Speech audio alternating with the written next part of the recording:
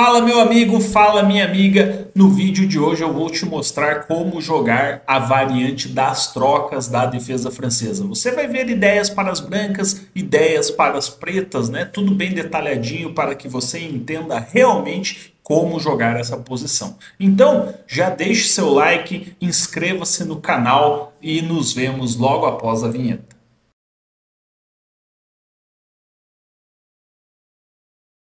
Então, começando aqui, hoje a gente vai ver a partida do Pablo Salinas Herrera, do enxadrista chileno de quase 2.500 de rate, contra o Jeffrey Chong dos Estados Unidos, que tem aproximadamente 2.650, ali 2.645, né? Essa partida foi jogada no Continental das Américas no mês passado e eu achei ela uma partida muito boa que mostra bem os detalhes da variante das trocas, né? Então foi E4, E6, D4, D5, capturou, capturou, né? Variante das trocas, cavalo F3. E aqui vamos dizer que o preto tem dois planos principais. O primeiro é jogar com o cavalo F6 e esperar o bispo D3 para jogar o C5, né? Esse é o primeiro plano. E o segundo que é jogar simplesmente com cavalo C6 e bispo D6, e aí o cavalo sai por E7, né? O cavalo das pretas. Então tem essas duas configurações, né? E hoje a gente vai ver a configuração com bispo D6 mesmo. Então, bispo D3, cavalo C6, roque e cavalo E7, né? Claro que, a grosso modo, qual que é a ideia assim, mais primitiva das pretas, né? É jogar F6, G5, H5 e tentar dar mate na ala do rei. E a ideia das brancas deveria ser C3, B4, A4 e tentar aqui um ataque na ala da dama. Mas claro que as coisas são um pouco mais complexas do que isso, né? Então, outro plano, por exemplo, estratégico, é que o preto consiga trocar esse bispo por esse. Eventualmente até as damas poderiam ser trocadas. E aí as pretas vão tentar usar essas casas fracas aqui após a troca, né, como E4 e C4. Então, essa é outra ideia. Então, torre E1 foi o lance jogado aqui, bispo G4, C3 e dama D7, né? Então, eu mesmo confundia isso muito tempo, que eu achava que a ideia de dama D7 era jogar roque grande. E isso até pode acontecer, mas a ideia principal mesmo é apoiar um bispo F5 trocando aqui, né, de acordo com essa ideia estratégica. Então a partida seguiu com cavalo de BD2. E aqui tem uma partida muito famosa do Moskalenko, que o grande mestre ucraniano, né, que ele jogou bispo F5 aqui, né? E com a diferença que, na verdade, a posição era com a torre em F1 e com a dama em C2. E aí o bispo F5 obrigatoriamente trocaria, né, pelo bispo branco. Então aqui cavalo BD2 e aqui, de qualquer forma, bispo F5 poderia ser jogado tentando a troca, né? Por exemplo, né? Poderia seguir com dama C2 mesmo, aí bispo por D3, dama por D3, roque, B4 e dama F5. Essa é a partida do Moskalenko por transposição de lance. Chegou nessa posição, né, onde as brancas podem ter alguns probleminhas aqui nas casas brancas, lembrando que ficou o bispo bom das pretas contra o bispo ruim das brancas, né? Então essa vantagem estratégica ela é duradoura, né? E é nisso que o preto baseia o seu jogo. Então, nesta posição, outra opção seria contra bispo F5 jogar para F1. Só que o bispo em F1 também não está assim muito bem colocado, porque as brancas querem jogar o cavalo para F1 para que ele volte aqui a ser ativo, né, via G3 e via E3. Então, realmente, um lance como o bispo F1 ele não é assim muito útil, né? Então, o bispo F5 era a jogada principal aqui, mas o chefe de Chong jogou F6, que é um lance que eu considero um pouquinho duvidoso, porque, por exemplo, após H3, que era interessante, as brancas aqui teriam algumas opções, né? Por exemplo, as pretas deveriam jogar ou bispo H5 ou bispo F5.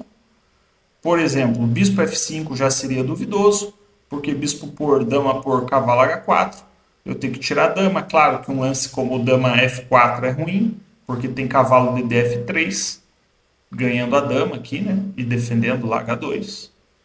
Então não tem como jogar isso. E no caso de um dama D7, já entra aqui um dama H5, né? Lembrando que G6 eu posso simplesmente capturar de cavalo, porque está cravado aqui na torre, né? E se eu captura de peão, cai a torre aqui. Então a situação já fica bem ruim aqui para o preto, que deveria jogar rei D8 aqui, perdendo o roque, né? Então esse H3 já colocaria um probleminha, porque bispo F5, que é o lance que que o preto quer jogar, já não poderia ser jogado. Então teria que jogar bispo H5 e agora dama C2. Pressiona o peão de H7, mas também é um peão que não pode ser capturado porque tem G6, né? Prendendo o bispo. Então o natural seria jogar roque, B4, torre 8 e com uma posição tensa, mas com as brancas chegando primeiro aqui na ala da dama, né? Lembrando que o preto também está com um pouco de, de problema em avançar na ala do rei, porque, por exemplo, um lance como G5 talvez leve o bispo por H7, porque aí o bispo não fica mais preso, né? Enfim, de qualquer forma, H3 aqui era um lance correto. Eu acho que por isso que F6 é um pouco duvidoso, porque esse H3 é um lance um pouco chato, né? Então a partida seguiu com B4, lance temático, roque, cocô pequeno. Então quando as brancas aceleram aqui um pouco o ataque na ala do rei, né? Na ala da dama, as pretas já fazem o roque, né? Uma coisa que é importante explicar para você que joga esse tipo de posição de brancas é que geralmente um lance como o bispo G5, esse é um erro muito comum de quem está começando a jogar essa variante, que é jogar um bispo G5 e aí dá todos os tempos do mundo aqui para o preto avançar os peões, tá? Então eu já ganhei algumas partidas assim e é um erro que eu vejo com frequência aí entre os enxadristas de, sei lá, até um 2000 de rate, mais ou menos, né? Então cavalo de BD2, F6, B4. Então aqui foi o roque, dama B3, rei H8, tirando de possíveis cravadas. Bispo B2 é um lance que eu estou imaginando que o branco quer jogar um C4 algum dia, né? E aí esse bispo vai tentar ficar ativo aqui nessa diagonal. A ideia de bispo B2 eu acho que tem que ser algo por aí. Então torre A E8 e A3, né? Então o A3 defendeu o B4 para poder jogar C4. Cavalo D8, um lance profilático, porque ele está vendo que contra C4 a ideia é jogar D por C4, eu imagino, e a bispo por C4, B5 exclama. E agora, por exemplo, o bispo F1, bispo E6, dama C2 e C6, seguido aqui de um domínio, né, nas casas de brancas aqui, né? Isso não é assim tão fantástico, mas de qualquer forma é uma ideia, né? Outra situação seria jogar C6, mas aí C5, bispo C7, B5, cavalo E6, com um jogo equilibrado, né? Então, realmente parece que aqui é meio aquela história que se o cara preparou para jogar C4, ele deveria ter jogado C4, né? Mas aqui ele jogou um lance estranho, que foi dama C2, que esse é um erro claro para mim, né? Porque ele acaba caindo aqui no que o preto queria, que aqui as pretas jogam bispo F5, né? E agora não tem mais como evitar a troca dos bispos, né? Claro, com lances como torre por F7 não é, torre por E7 não é bom, porque bispo por D3, torre por D7, bispo por C2, e no próximo lance eu vou jogar aqui um bispo F5, por exemplo, e a torre não vai ter fuga, né? Então um bispo A4 pode ser também. Então, bispo F5. Aqui, uma ideia que eu estava analisando é jogar cavalo E6 também, que é interessante, porque se bispo por H7, cavalo F4. E agora eu ameacei G6, então se tirar o bispo daí, eu capturo e tem cavalo por G2, né? É uma ideia um pouco mais difícil de ver ela, né? Mas que também seria interessante. Bispo F5 é mais humano, mais normal, né? Então, jogou B5. Então, jogou B5, bispo por D3, dama por D3 e dama F5, que é a ideia das pretas aqui nesse tipo de posição, né? Dama por F5, cavalo por F5 e agora entramos nesse finalzinho aqui, que é o finalzinho que as pretas querem jogar sempre mesmo, né? Que é as brancas com bispo ruim e com alguns buraquinhos aqui para serem aproveitados. Então, A4, para mim é um lance inteligente, porque eu posso tentar resolver um problema aqui com o bispo A3, eventualmente, né? Cavalo E6, G3. Acho que bispo A3 aqui poderia ser. Era um lance aqui mais ou menos ok, né? Embora ainda continue alguns problemas, mas pelo menos esse problema do bispo não existe mais, né? Mas jogou G3 para evitar um cavalo F4. Aí G5, cavalo B3. E aqui essa é uma posição que está muito próxima da igualdade, embora eu acho que o branco aqui tem alguns micro problemas que a longo prazo podem ser encontros. Então, por exemplo, G4, cavalo D2, cavalo G5, cavalo A5, torre por, torre B8. E aí, por exemplo, C4 não pode porque bispo B4. Enfim, esse seria uma variante aqui, né, que o preto vai jogar Rg7, H5, H4, e o preto pode ir tentando aumentar a pressão aos poucos, né?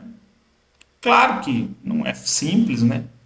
Não está melhor, não está ganho, longe disso, né? Talvez um pouquinho melhor, mas xadrez é muito assim, né? Então, cavalo B3, rei G8. Se rei G8 parece que G4 era melhor, cavalo FD2, rei F7. E aqui mais um lance duvidoso das brancas, que foi torre A1, provavelmente preparando um C4 aí, né? Que é um lance que o branco está preparando a partida inteira, mas não joga nunca, né? Então o bispo A3 aqui seria um lance, mais uma vez, que faça mais sentido, né? Então a partida seguiu com cavalo E7, cavalo F1, C6 interessante, achei bom esse lance, porque a B por C6, B por C6 e as pretas vão dominar a coluna B rapidamente. E no caso do que foi a partida, torre A1, CB5, AB5 e torre A8, agora as pretas querem dizer que o peão em B5 está sem defesa, né? Ele vai sofrer mais do que o peão de A7. Então, cavalo E3, cavalo C7, C4, D por C4, cavalo por C4, bispo B4, torre C1 e cavalo B5. Então, aqui as pretas acabaram ganhando um peão, mas esse ganho de peão também é um pouco ilusório, porque após torre A4, o bispo não tem por onde sair, né? Então, aqui foi jogado A5, um lance como cavalo D5 leva a cavalo E3,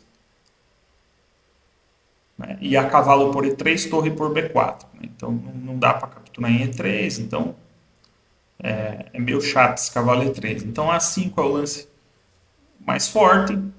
E aqui o que a gente tem que concluir de tudo isso, né? Após cavalo por D5, cavalo D5. A gente tem que concluir que a posição está simplificando, né? Mas o fato é que o branco continua com o seu problema, que original de toda a partida, que é o bispo de B2. Olha como esse bispo não consegue jogar, né? Então é justamente por isso que o preto aqui tem um pouquinho de vantagem ainda. Um lance como torre A1 aqui era o mais forte, porque aí cavalo D6, por exemplo, bispo A3, troca, B6, cavalo C4, cavalo por, torre C4, torre A2. Essa variante aqui é uma variante para mostrar que o preto ainda tem um pouquinho de vantagem pela iniciativa, né? Então a torre está mais ativa, já pressiona o cavalo, se cavalo C1, torre D2, por exemplo, né? Então o preto ainda pode aqui incomodar um pouco, com uma micro vantagem, né? Então, mas era a ideia defensiva das brancas mais forte. O branco aqui errou, jogou torre de C1. E agora, após torre FC8, as pretas estão melhores porque dominam aqui a coluna completamente, né? E o legal desse lance é que, por exemplo, ele foi jogado porque as brancas querem capturar o peão em B7. Então o torre A1 também é um lance que ataca o peão de B7 indiretamente, porque agora o cavalo pode capturar, porque a torre não está mais no ar aqui. E aí cavalo D6 segue a variante que eu mostrei, né? Então, neste caso, com a torre em C, com o lance torre C1, as brancas não esperavam esse torre FC8 entregando o peão. E entregando por quê? Porque a torre vai entrar lá em C2, vai bater no bispo de B2, e isso vai ser um problema, né? Então, bem legal esse lance, é aqui que o preto realmente conseguiu uma vantagem considerável na partida. Então, cavalo por B7, torre por A4, torre por A4 e torre C2. E aí, bispo A1, olha a situação desse bispo, né? E aí, bispo E1 atacando o peão de F2. A partida seguiu com torre A6. Até vou dar uma conferidinha aqui, por exemplo, um lance como F3, o que estaria acontecendo.